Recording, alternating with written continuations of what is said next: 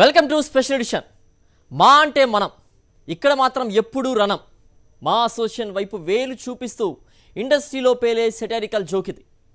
మీకు మీరే మాకు మేమే అన్న తరహాలో తెలుగు సినీ నటీనటులు ఉన్నారా? రెండుగా చీలిపోయారా? గతంలో జరిగిన మా ఎన్నికల వేళ ఈ ప్రశ్నలు బిగ్గరగానే వినిపించాయి. ఇప్పుడు మరోసారి ఇదే ప్రశ్న ఎన్నికల సమరం కేంద్రంగా హల్చల్ చేస్తోంది. విష్ణు దూకుడికి ప్రకాష్ రాజ్ చెక్ పెట్టగలడా? ప్రకాష్ రాజ్ ఎత్తులను విష్ణు చిత్తు చేయగలడా? లోకల్ పోరును తలపిస్తున్న మా ఎన్నికల్లో విజేత ఎవరు? వజ్రోత్సవాలు జరుపుకున్న తెలుగు సినీ పరిశ్రమలో మా అసోసియేషన్ వజ్రోత్సవాన్ని దాటేసింది. ఈ సమయంలో అధ్యక్ష పదవి కోసం జరుగుతున్న ఎన్నికలు ప్రతిష్టాత్మకంగా మారాయి. మా అసోసియేషన్ పుట్టు పూర్వోత్తరాలను ఆసక్తికరంగా మార్చాయి. తెలుగు సినీ కళాకారుల సంక్షేమం కాంక్షిస్తూ 1993లో స్టార్ హీరోలు చిరంజీవి, నాగార్జున, వెంకటేష్, మురళీమోహన్, మోహన్ బాబు తదితరులు కలిసి మూవీ ఆర్టిస్ట్ అసోసియేషన్ను నెలకొల్పారు. ఏర్పాటైన నాటి నుంచి వ్యవస్థాపక అధ్యక్షుడిగా మెగాస్టార్ చిరంజీవి పనిచేశారు. అక్కడి నుంచి దశాబ్దాన్నర పాటు మా అసోసియేషన్కు ఎన్నికల అవసరం రాలేదు. 2 ఏళ్ల కాల వ్యవధి ఉండే అధ్యక్ష పదవికి చిరంజీవి, నాగార్జున, మోహన్ బాబు, మురళీమోహన్, నాగేంద్రబాబు ఏకగ్రీవంగానే ఎన్నికయ్యారు. అత్యధిక కాలం అధ్యక్షునిగా వ్యవహరించిన ఘనతను మురళీమోహన్ దక్కించుకున్నారు. మా అధ్యక్ష పదవి ఏకగ్రీవం కావటమనే సాంప్రదాయానికి 2015లో గడ్డిపడింది. సహజ నటి జయసుధ అధ్యక్ష పదవికి బరిలో నిలిచినప్పుడు ఆమెపై పోటీగా హీరో రాజేంద్ర ప్రసాద్ నిలబడి గెలిచారు. అధ్యక్ష పదవికి పోటీ పడిన తొలి నటి క్రెడిట్ను మాత్రం జయసుధ స్వంతం చేసుకోగలిగారు. అప్పటి నుంచి మా ఎన్నికల గురించి ఇంటా బయట రచ్చ మొదలైంది. తదుపరి ఏడాది శివాజీ రాజా ఏకగ్రీవంగా అధ్యక్షుడైనప్పటికీ రెండోసారి అధ్యక్ష పదవి ఆశించినా ఆయన మీద నరేష్ పోటీకి సయ్యనటంతో మళ్లీ ఎన్నికలు తప్పలేదు. ఆ ఎన్నికల్లో గెలిచిన నరేష్ ప్రస్తుత తాజా మాజీ అధ్యక్షునిగా ఉన్నారు. అలా కొద్దిగా తెరచాటును తొలగించుకుంటూ వచ్చిన మా ఇప్పుడు పూర్తి సంచలన చిత్రంగా మారింది.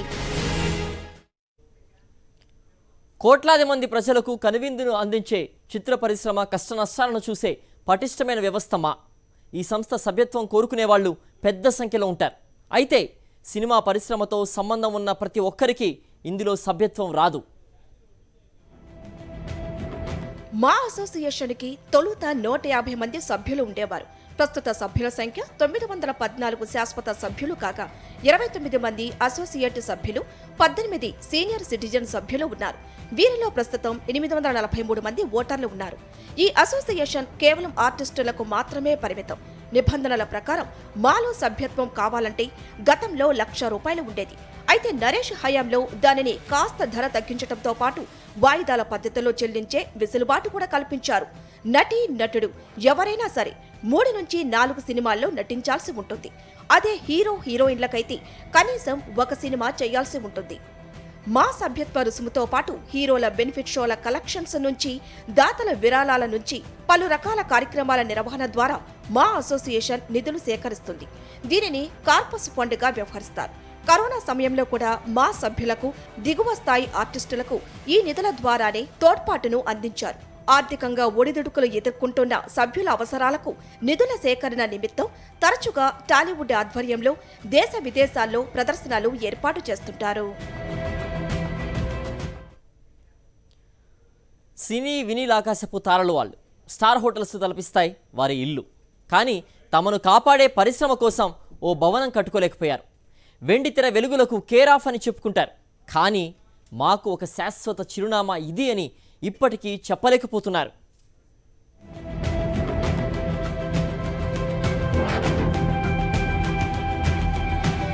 దేశంలోనే అత్యధిక కలెక్షన్లను సాధించిన సినిమా మనదే. బాలీవుడ్తో పోటీ పడే రెమ్యూనరేషన్స్ మన వాళ్ళవే. అయినా మా అసోసియేషన్కి స్వంత బిల్డింగ్ లేదు. టాప్ స్టార్స్ మా అధ్యక్షులయ్యారు. ₹100 కోట్ల సభ్యత్వ రుసుము రూపంలో సాంస్కృతిక కార్యక్రమాల ద్వారా సేకరించారు. భవనం మాత్రం కట్టుకోలేకపోయారు. అసోసియేషన్ ప్రారంభించినప్పుడు తొలుత మురళీమోహన్ నివాసంలోనే మా కార్యాలయం కొంతకాలం కొనసాగింది. తర్వాత జూబ్లీహిల్స్లోని ఫిలింనగర్ వెల్ఫేర్ సొసైటీ ప్రాంగణంలోకి మార్చారు. పెరిగిన భూముల ధరలో మరో కారణమో గాని గత కొన్నేళ్లుగా మా భవనం ఎన్నికల అంశంగానే వర్ధిల్లుతోంది. మురళీమోహన్ గారు మా ప్రెసిడెంట్గా ఉన్నప్పుడు నేను ఆయన కింద ఎగ్జిక్యూటివ్ వైస్ ప్రెసిడెంట్గా చేశాను. మా జనరల్ బాడీ మీటింగ్లో స్వర్గీయ అక్కినేని నాగేశ్వరరావు గారు హాజరయ్యారు. అప్పుడు ఆయన ముందు చెప్పాను నేను, మా అసోసియేషన్కి బిల్డింగ్ కావాలని అందరూ అడుగుతున్నారు, దానికోసం షోలు చేసి డబ్బులు రేస్ చేద్దాం అంటున్నారు. నేను నా కుటుంబం తరపున ఆ బిల్డింగ్కి అయ్యే ఖర్చులో 25% నేను ఇస్తానని చెప్పాను. ఆ మీటింగ్ జరిగి 7-8 సంవత్సరాలు అయింది, ఇంకా బిల్డింగ్ స్టార్ట్ అవ్వలా. మా భవనం విషయంలో సినిమా పెద్దలు ఎప్పటి నుంచో రకరకాల ప్రయత్నాలు చేస్తున్నామంటున్నారు. ప్రభుత్వాలను సంప్రదించామని చెబుతున్నారు. అయితే ఏవీ ఫలించకపోవటం తెలుగు సినీ పరిశ్రమ స్థాయి దృష్ట్యా చూస్తే ఒక అప్రతిష్టగానే చెప్పాలి. ప్రతిసారిలాగే ఈసారి కూడా భవన నిర్మాణ హామీ ఎన్నికల తెరవేతకు వచ్చింది. అయితే ఈసారి అధ్యక్ష పదవికి పోటీలో ఉన్న మంచు విష్ణు అవసరమైతే తానే భవనాన్ని స్వంత ఖర్చుతో నిర్మిస్తాననటంతో సినీ ప్రముఖుల్లో కదలిక వచ్చింది. మరికొందరు తాము సైతం అంటూ ముందుకు రావటంతో ఇకపై ఈ అంశం పరిష్కారమవుతుందని పరిశ్రమ శ్రేయోభిలాషులు ఆశిస్తున్నారు. ఒక 10-15 సంవత్సరాలుగా మా అసోసియేషన్కి బిల్డింగ్ కావాలని ప్రతి ఒక్కరూ చెప్తూనే ఉన్నారు. ఈ మధ్య జరిగిన ఎలక్షన్స్లో కూడా అదే అజెండాగా పెట్టుకున్నారు. మా అసోసియేషన్కి బిల్డింగ్ కావాలి, రైట్, దానికి ఫండ్స్ రేజ్ చేయాలి, అదే అందరి అజెండాలో ఉంది. ఎక్కడ ఫండ్స్ రేజ్ చేయాల్సిన అవసరం లేదు. మా అసోసియేషన్కి కావాల్సిన డబ్బు బిల్డింగ్ కట్టడానికి నేను, మా కుటుంబం ప్రతి రూపాయి ఇస్తాం. ఆ బిల్డింగ్కి అయ్యే ప్రతి ఖర్చు మా సొంత డబ్బుతో కడతాం. డన్. ఇంకా అసోసియేషన్ బిల్డింగ్ గురించి ఆ టాపిక్ ఎత్తొద్దు.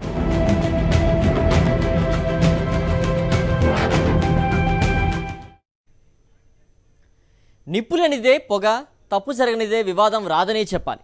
గత 6 ఏళ్లుగా మా అసోసియేషన్కు ఓవైపున ఎన్నికలు, మరోవైపు వివాదాలు చెట్టపట్టాలేసుకుని నడుస్తున్నాయి. ఇవి అంతిమంగా మా ప్రతిష్టను దెబ్బతీస్తున్నాయి. మా ఎన్నికలు ఇంత వివాదాస్పద ప్రాధాన్యత కలిగిన అంశంగా మారటానికి గతంలోని కొన్ని వివాదాలు కొబ్బరికాయ కొట్టాయి. శివాజీరాజా అధ్యక్షుడిగా ఉన్న కాలంలో నిధుల గోల్మాల్ ఆరోపణలతో నరేష్ తెర మీదకు వచ్చారు. నిజ నిర్ధారణ కమిటీ ఏర్పాటు చేయాలంటూ డిమాండ్ చేశారు. ఆరోపణల అనంతరం నిర్వహించిన ఎన్నికల్లో శివాజీరాజా మీద నరేష్ 472 ఓట్లతో గెలుపొందడం ఓ విశేషం.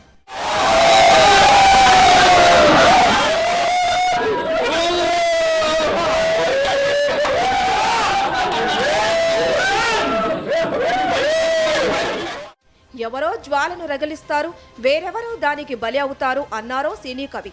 అంతకంతకు మా వివాదాలు పెరుగుతూనే ఉంటే ఒక్కసారిగా వివాదాల వరుస కట్టడంతో క్రమశిక్షణా సంఘం కూడా పెద్దగా ప్రభావం చూపలేకపోతోంది. దీంతో వివాదాలతో సంబంధం లేని వారు కూడా బాధితులు కావాల్సి వస్తోంది. గత కొన్నేళ్లుగా కొందరు బోర్డు సభ్యుల నిధుల దుర్వినియోగం, ప్రత్యేక భవనం లేకపోవడం, మాలో చేరేందుకు అత్యధిక సభ్యత్వ రుసుము నిర్ణయం వంటివి విమర్శలకు దారితీశాయి. తాజాగా చిరంజీవి కూడా క్రమశిక్షణా సంఘంలో నుంచి నిష్క్రమిస్తూ సంఘం చైర్మన్ కృష్ణంరాజుకు రాజీనామా సమర్పించారు. దీనికి బిజీ షెడ్యూల్ కారణమని చిరంజీవి చెప్పినప్పటికీ మాలో సంభవిస్తున్న పరిణామాలు, సీనియర్లకు తగినంత గౌరవం లభించకపోవడం వంటివి దీనికి కారణమని అంటారు. మా క్యాలెండర్ లాంచ్ సందర్భంలో చిరంజీవి, కృష్ణంరాజుల సమక్షంలోనే అసోసియేషన్కు వ్యతిరేకంగా హీరో రాజశేఖర్ వేదిక మీదే ఆరోపణలు, విమర్శలు చేశారు. తర్వాత ఆయన మా కమిటీలో తన పదవికి రాజీనామా చేశారు. ఈ మూవీ ఆర్టిస్ట్ అసోసియేషన్లో 26 మందిలో 18 మంది ఒకవైపు, 8 మంది ఒకవైపు, ఏ ప్రాబ్లం జరగలేదు అని చిరంజీవి గారు ఇప్పుడు అన్నారు. దానే ప్రాబ్లంగా పెట్టుకుని నరేష్ గారు ముందుకు వచ్చి వాళ్ళు తప్పు చేశారని మేమంతా గెలిచాము, ఇంక్లూడింగ్ మీ. సో ఇలాగా ఉంది మన మూవీ ఆర్టిస్ట్ అసోసియేషన్. సినిమాను హిట్ చేయడంలో ట్విస్టులు పెద్ద పాత్రే పోషిస్తాయి. అయితే మా అసోసియేషన్కు మాత్రం ఈ ట్విస్టులు మంచి చేసేలా లేవు. ప్రలోభాలు, ఒత్తిళ్లకు నిలయమైన సాధారణ ఎన్నికల తరహాలోనే మా ఎన్నికలు జనం భావించేలా చేస్తున్నాయి.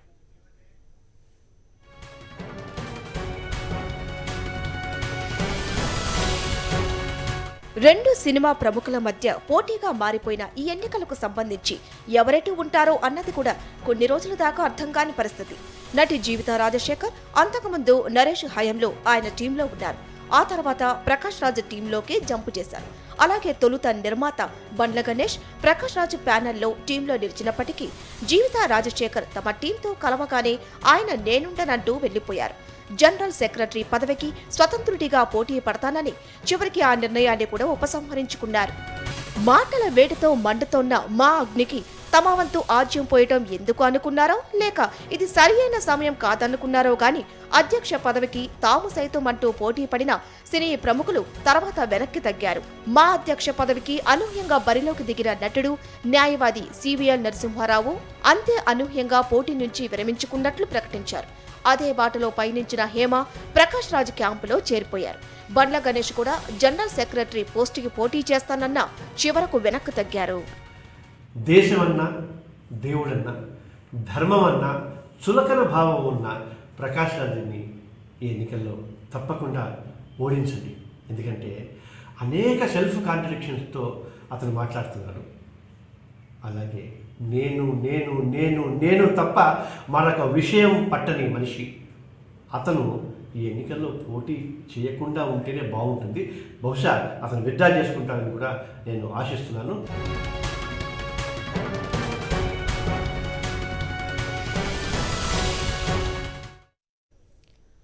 మా అసోసియేషన్ ఎన్నికలు 2 ప్యానల్స్ 2 గ్రూప్స్గా విడిపోయిన నటీనటులు. ఆ ప్యానల్ పైన ఇటు నుంచి విమర్శలు, ఈ ప్యానల్ పైన అటు నుంచి ఆరోపణలు. ఎన్నికలు అన్న తర్వాత ఇవన్నీ సహజం. అయితే ప్రకాష్ రాజ్ అభ్యర్థిత్వాన్ని వ్యతిరేకించే క్రమంలో మాత్రం రోజుకొక కొత్త కోణం వెలుగులోకి వస్తోంది.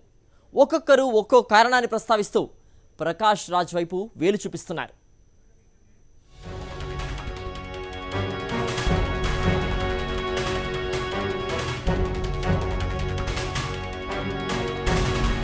మా ఎన్నికల సమరంలో ప్రకాష్ రాజు కేంద్రంగా ఒక ఆసక్తికర పరిణామం జరుగుతోంది. ప్రకాష్ రాజు అభ్యర్థిత్వాన్ని వ్యతిరేకిస్తున్న వారు రోజుకొక కొత్త కారణం చూపుతున్నారు. మొదట నాన్ లోకల్ అంటూ ప్రకాష్ రాజును వ్యతిరేకించారు. కాస్తగా నాన్ లోకల్ ఇష్యూ బలం పెంచుకోవడంతో దాన్ని తిప్పికొట్టే ప్రయత్నాలు ముమ్మరం చేశాడు ప్రకాష్ రాజ్. అంతలోనే ప్రకాష్ రాజ్ బిహేవియర్ తెరపైకి వచ్చింది. కో ఆర్టిస్టులను, చిన్న ఆర్టిస్టులను పట్టించుకోడని, ఆయన ఏం సేవ చేస్తాడంటూ విమర్శలు మొదలయ్యాయి. నాకు ఇండస్ట్రీ పెద్దల సపోర్టు అక్కర్లేదని ప్రకాష్ రాజ్ కామెంట్స్ చేయడంతో ఈ కోణం మరింత ఎక్స్పోజ్ అయ్యింది. ఇండస్ట్రీ పెద్దలనే లెక్క చేయని వ్యక్తి రేపు గెలిస్తే పెద్ద ఆర్టిస్టులకు ఏం సర్వీస్ చేస్తాడన్న వాయిస్ పెరిగింది. ఆ తర్వాత నాన్ లోకల్ ఇష్యూని మరో యాంగిల్లో ఎక్స్పోజ్ చేశారు నటుడు, దర్శకుడు రవిబాబు. తెలుగు నటుల అవకాశాలను బయట వాళ్ళు అందిపుచ్చుకుంటున్నారని, చివరికి మా అధ్యక్షుడిగా కూడా తెలుగు వ్యక్తి పనికిరాడా అని ప్రశ్నించారు రవిబాబు. చివరకు మేకప్ మెన్లు, హెయిర్ డ్రెస్సర్లు కూడా ముంబై నుంచి వస్తున్నారన్నారు రవిబాబు. దీంతో మన ఇండస్ట్రీ మనకే అవకాశాలు అన్న కోణంలో భావోద్వేగం భగ్గుమంది. మా అనే ఒక చిన్న ఆర్గనైజేషన్ పెట్టుకున్నాం. ఎందుకు? మన సమస్యలను పరిష్కరించుకుంటాం. ఇలాంటి ఒక చిన్న ఆర్గనైజేషన్ని రన్ చేయడానికి కూడా మనలో ఒకడు పనికిరాడా? దీనికి కూడా మనం బయట నుంచి మనుషుల్ని తెచ్చుకోవాలా? ఒక్కసారి ఆలోచించుకోండి. మా అధ్యక్ష ఎన్నికల్లో పోటీ నుంచి ఉపసంహరించుకున్న సివిఎల్ నరసింహారావు మరో కోణంలో ప్రకాష్ రాజుని వ్యతిరేకించారు. తెలంగాణ వారిని గెలిపించమని పిలుపునిచ్చారు. దేశమన్నా, ధర్మమన్నా, దేవుడన్నా ప్రకాష్ రాజుకి చులకన భావమని, అందుకే ఆయన్ని ఓడించాలన్నారు సివిఎల్. ఇలా విభిన్నమైన కోణాల్లో ప్రకాష్ రాజ్ అభ్యర్థిత్వాన్ని వ్యతిరేకించటం చర్చనీయాంశంగా మారింది.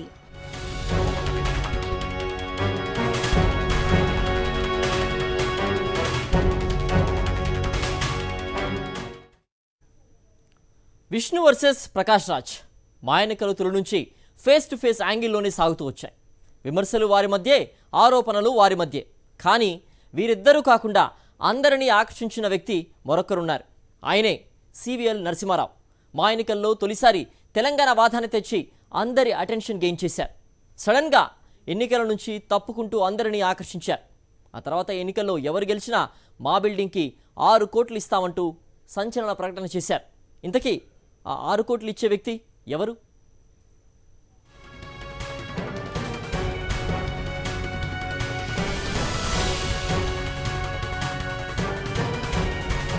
మా ఎన్నికల సమరంలో అన్ని హాట్ ఎపిసోడ్సే. వీటి మధ్య ఒక సస్పెన్స్ ఎపిసోడ్ కి తెరతీశారు నటుడు సివిఎల్ నరసింహారావు. ఎలక్షన్ వార్లో అసోసియేషన్ బిల్డింగ్ ఒక ముఖ్యమైన అంశం. ఈ బిల్డింగ్ చుట్టూనే ఆ సస్పెన్స్ ఎపిసోడ్ ని సివిఎల్ రన్ చేస్తున్నారు. మా ఎన్నికల్లో ప్రకాష్ రాజ్ని ఓడించాలని పిలుపునిచ్చిన సివిఎల్ ఎవరు గెలిచినా బిల్డింగ్ కోసం 6 కోట్ల రూపాయలు ఇస్తామని ప్రకటించారు. భవన నిర్మాణానికి 6 కోట్ల రూపాయలు ఇవ్వటానికి ఒక వ్యక్తి సిద్ధంగా ఉన్నారన్నారు. ఆయన ఎవరో మాత్రం చెప్పలేదు. దీంతో ఎవరతను అన్న చర్చ ఫిలిం నగర్లో జోరుగా సాగుతోంది.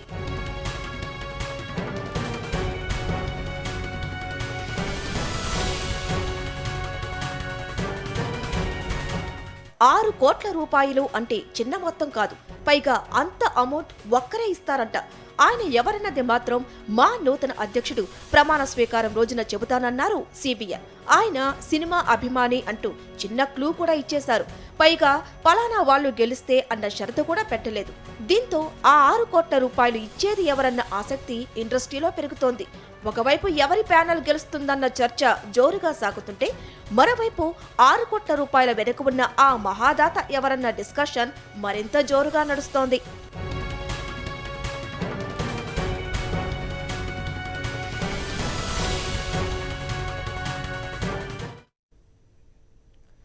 కళాకారులు అంటే అత్యంత సున్నితంగా ఉంటారు. మరి మా ఎన్నికల సమరం చూస్తూ ఉంటే అలా అనిపించదు. లోకల్ ఎలక్షన్స్ని తలపించే రేంజ్లో వార్ ఎపిసోడ్ నడుస్తుంది. నిజానికి మా ఏర్పడిన నాటి నుంచి ఈ పరిస్థితి లేదు. 6 పర్యాయాలు అధ్యక్షుడిగా పనిచేసిన మురళీమోహన్ వల్లే మా అసోసియేషన్లో ఎన్నికల సెగలు బగ్గుమనడం మొదలైందని పరిశీలకులు విశ్లేషిస్తున్నారు. ఇంతకీ మురళీమోహన్ ఏం చేశారు?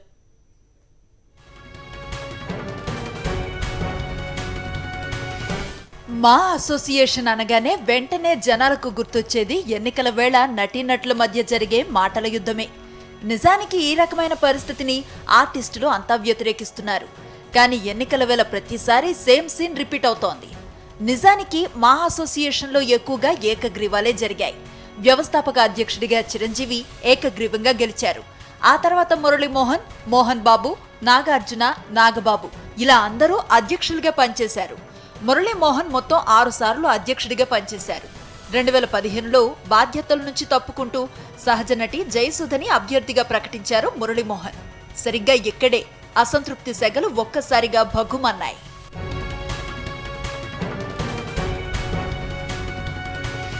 మురళీమోహన్ అందరినీ సంప్రదించకుండా ఏకపక్షంగా నిర్ణయం తీసుకున్నారన్న విమర్శలు బయలుదేరాయి.